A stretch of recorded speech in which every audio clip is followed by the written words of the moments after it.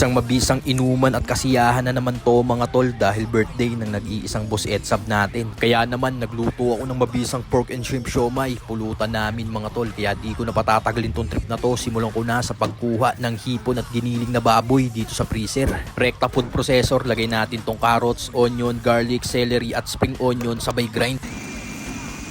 Tas yan, buksan natin, lagay natin tong giniling, tas timplahan natin ng black pepper, oyster, brown sugar, cayenne perin, seasoning, aroma at sesame oil, tas grind uli.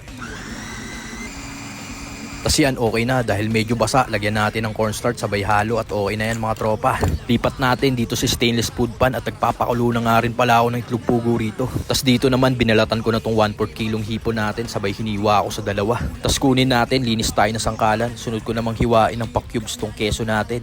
At okay na ang mise en place ng ating pork and shrimp siomai. Tas yan, balot na tayo ng siomai mga tol. Kuha lang tayo ng siomai peeling, sabay lagay natin tong quail egg at keso. Sabay pahiran uli natin ng siomai peeling, tas lagyan natin ng hipon sa ibabaw. Tas ikot-ikot lang natin ng ganyan at okay na to mga tol.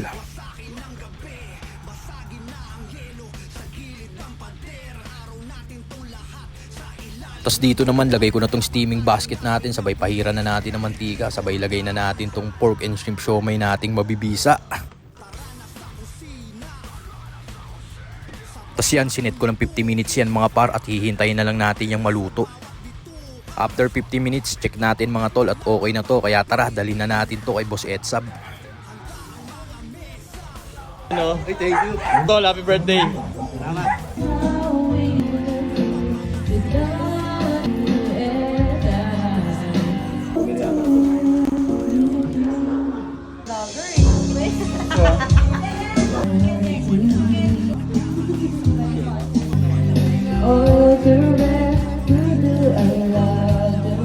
Mga puso, big siomai. Gusto ko natin dito. Ayan.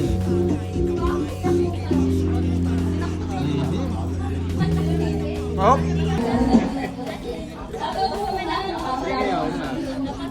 Kanya, may nagbibigay. Bangga pa rin ang tagapres. Hindi naman.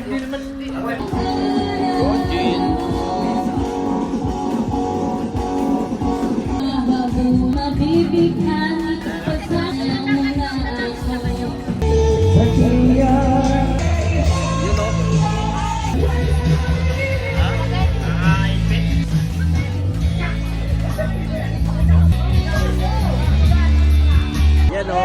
Happy birthday, Boss Edsab. Salamat sa pagkakataon. Mag-iingat ka lagi, pre. Ayun o.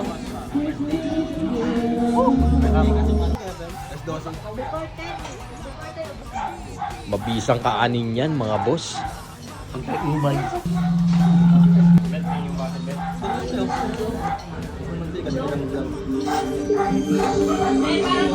Ayun o. Pansit.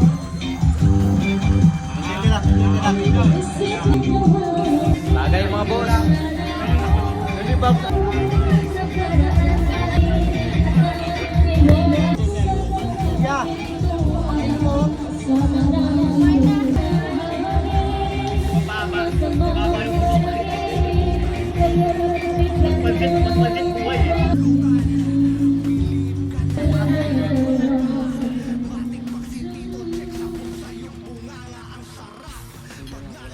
Sarap.